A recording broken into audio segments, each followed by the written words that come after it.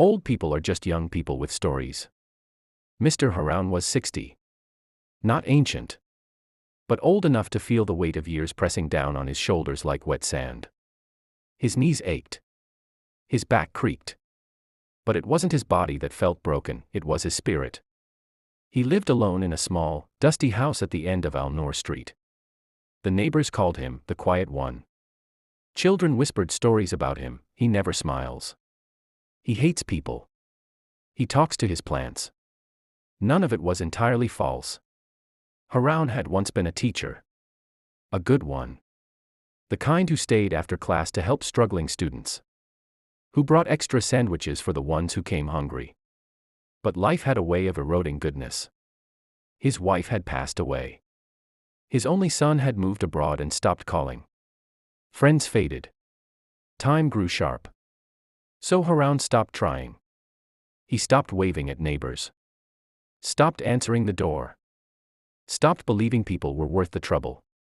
Until one Tuesday afternoon. It was a hot day. The kind of heat that made the pavement shimmer like water.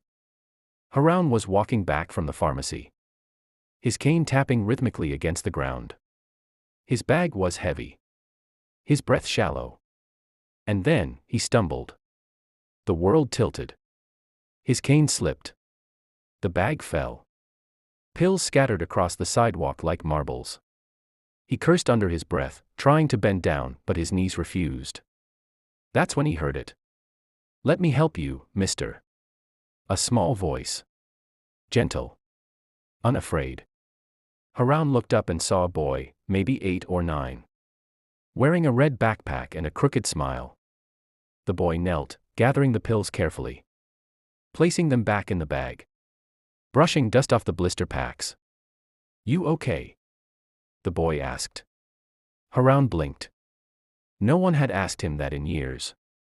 "I'm fine," he muttered. But the boy didn't leave. He walked with Haroun all the way to his gate. Carried the bag. Held the cane when Haroun needed both hands to unlock the door.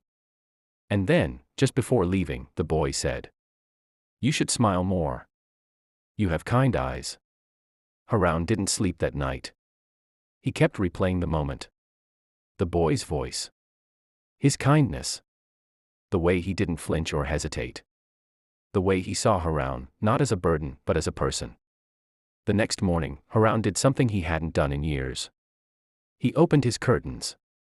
Then he sat by the window, waiting. And sure enough, around 3:15 p.m., the boy walked by again. Same